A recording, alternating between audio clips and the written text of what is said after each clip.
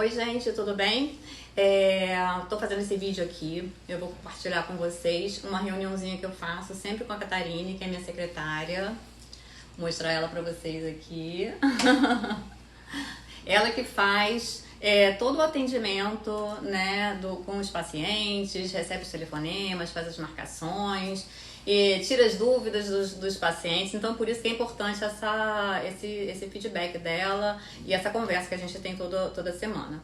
Então, essa semana eu quis compartilhar com vocês uma dúvida que é muito frequente aqui no consultório, que as mães ligam pra cá querendo saber se eu trabalho com sedação, tá? Então, a primeira pergunta é essa: a doutora trabalha com sedação? Então, eu queria compartilhar com vocês que essa questão de trabalhar com sedação ou não, ela não é uma pergunta que é muito fácil de responder. Porque a sedação não é para qualquer criança, né? Porque tem aquela questão do cheirinho. Muita gente pergunta, ela trabalha com aquele cheirinho. O cheirinho, né, é o óxido nitroso, que ele não é utilizado em bebês, ele é utilizado pelo menos nas crianças com idade de 4 a 5 anos para cima, tá? Porque a gente precisa utilizar uma máscara na criança e ela tem que aceitar a utilização dessa máscara. Então, se é aquela criança agitada que não consegue nem sentar na cadeira, então como que a gente já numa primeira consulta já vai colocar uma máscara nela para fazer um tratamento? Então, isso é uma coisa que tem que ser esclarecida com os pais, que é importante ter uma primeira consulta para a gente avaliar qual é o comportamento da criança, tá? Porque essa criança ela pode ter tido uma primeira vez no dentista que não era especializado, tá? Porque isso é uma coisa muito importante. Às vezes as crianças, os pais levam nos próprios dentistas e aí o dentista não sabe manejar com a criança e a criança já chora, já não quer mais, e aí o próprio dentista já fala que tem que fazer sedação porque ele não sabe manejar a criança. Então isso é muito também, importante. Às vezes a criança nunca nem foi, por ser muito agitada em casa, a mãe já deduz que ela não vai deixar, que ela vai ser agitada na cadeira e não vai permitir que faça o tratamento. É isso que elas falam, sem ainda né? ter tido uma experiência no dentista. Isso aí é importante o que a Catarine falou. Porque às vezes assim, o diagnóstico é dos pais, né? É uma coisa que o pai ou a mãe já... Não, meu filho é muito agitado, meu filho tem medo de dentista. É tudo um preconceito, né? São preconceitos que as mães ou os pais eles já criam, né? E aí a gente assim, não tem nem oportunidade de condicionar aquela criança no ambiente, né? Porque às vezes assim, uma ou duas consultas de condicionamento a gente já consegue uma colaboração daquela criança e ela não precisa passar por uma sedação com óxido nitroso ou, pior ainda, uma sedação medicamentosa, que já tem risco, né, de alergia, né, e inclusive a sedação medicamentosa eu nem faço aqui no consultório, porque...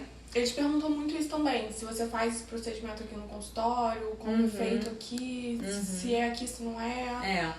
A sedação medicamentosa eu não faço aqui no consultório, porque eu acho que é um risco muito grande, tá? Porque você tem que, se a criança tiver alguma reação, ela tem que ser atendida muito rapidamente. Então, assim, eu sempre prefiro fazer esse tipo de atendimento em hospital, né? Mas antes de qualquer coisa, a criança precisa ter essa primeira consulta para a gente avaliar qual é o problema dela, qual é o tipo de comportamento, se é viável fazer esse condicionamento ou se não é viável, pode ser que sim, né? Pode ser que seja uma criança que a gente, né, veja que não tem condições dela ser tratada no consultório, tem que ser com sedação mesmo, mas isso aí tem que ser avaliado numa consulta. Não dá pra ser assim, trabalho com sedação, aí você nem conhece a criança, vem numa primeira consulta e aí a mãe acha que a gente faz uma mágica aqui e aí faz dá um cheirinho ou dá um remedinho, ela dorme e a gente examina a criança. Não é assim, gente. Então, isso aí tem que ser uma coisa assim muito cuidadosa, né, que é a saúde da criança. Então, e assim, às vezes, poucas consultas de condicionamento, a gente já consegue fazer uma... Se fala muito também dos riscos, né, da sedação. Quais seriam esses riscos? A sedação com óxido nitroso, ela não tem, assim, o risco é muito mínimo. E aí, assim, eu queria até pontuar que essa sedação com óxido nitroso, ela deixa a criança mais relaxada. ela não é uma anestesia, né? Então, assim, ela deixa a criança mais relaxada na cadeira, porque ela vai ficar respirando, né, o óxido nitroso. E ela é indicada para aquelas crianças que têm medo. Elas querem fazer o tratamento, mas elas não conseguem, elas têm medo. Então, precisa de um relaxamento. Até para adulto também, né? É utilizado muito em cirurgia bucomaxila, às vezes que é realizado em consultório. Então, assim, é aquele adulto que é muito ansioso, que fica muito preocupado. Então, assim, a indicação é essa. E ela não tem muito risco, não. Agora, a sedação medicamentosa, ela tem um risco como qualquer outro medicamento. É um medicamento que deprime o sistema nervoso central. Então, sempre tem um risco, né, até de alergia, né, e de dar alguma reação na criança, de ter que ter algum né, o tratamento de emergência. Eu sempre prefiro fazer isso em um hospital mesmo. E como você já falou anteriormente, sem condições de ser feito na primeira consulta, não, né? Na primeira visita da criança no dentista. A primeira visita no dentista é justamente para avaliar. E assim, o que eu observo que acontece é que normalmente são crianças mais velhas, vamos dizer, 5, 6 anos, que os pais acharam que não tinha nenhuma necessidade de levar ao dentista porque não estavam sentindo nada. Então, de repente, aos 5, 6 anos, aparece alguma cárie, porque normalmente as cáries que podem atingir o canal, elas podem aparecer entre um dente e outro. Então, isso a mãe ou o pai, elas não conseguem, né, visualizar isso em casa. E às vezes não dói. Então, assim, é uma coisa silenciosa. E quando aparece, às vezes, né, há um edema, há uma dor, e aí vai correndo pro dentista. E aí como que faz, né? Porque a criança, ela não tem essa né, ela não veio ao dentista, ela não conhece, então acontece todo esse problema. Então, assim, uma coisa que a gente tem que fazer é levar a criança sempre ao dentista, mesmo que não tenha nada, para ela ir acostumando, para ela ir valorizando a saúde bucal dela, porque só fazendo essas visitas periódicas é que ela vai valorizar a saúde bucal dela.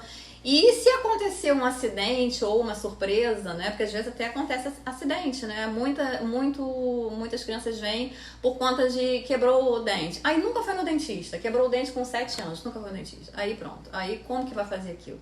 Aí imagina. A criança já tá assustada, né? Já tá traumatizada, ainda vai levar para um ambiente completamente desconhecido, acaba piorando a situação. Exatamente. Então, se é aquela criança que já tem né, já conhece o dentista já é amigo dela, né? Eu tenho muitos pacientes aqui que são assim, que desde pequenininho já vem querendo, gostando, as mães ficam assim, ai, nossa, eu nunca vi, eles ficam animados querendo vir ao dentista. Eu falei assim, gente, não é nenhuma mágica, é isso, né? Você não vai ao pediatra desde pequenininho, né? Você não tem um conhecimento com o seu pediatra, você tem que ter um conhecimento com o seu odontopediatra também, que são duas coisas diferentes. O pediatra, ele não vê boca, então o odontopediatra, a criança também tem que ter um seu odontopediatra para, né, evitar, vamos pensar, gente, evitar que a criança tenha que ser internada no hospital. A última coisa que a gente quer é isso, né? Ser internada no hospital, né? Ter que tomar remédio. Então, se a criança já tem essa intimidade com o consultório, com o dentista, isso nunca vai acontecer, tá bom? Então, é esse recado que eu queria dar pra vocês hoje.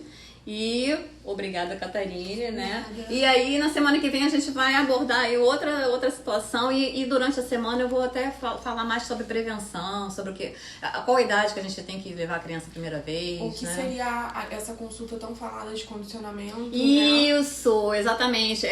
Detalhar mais, né, o que eu faço nas consultas de condicionamento, né, para as crianças, colaborarem mais, né? Então, pode ficar de olho aí que a gente vai criar mais conteúdo para vocês, tá bom? Um beijo!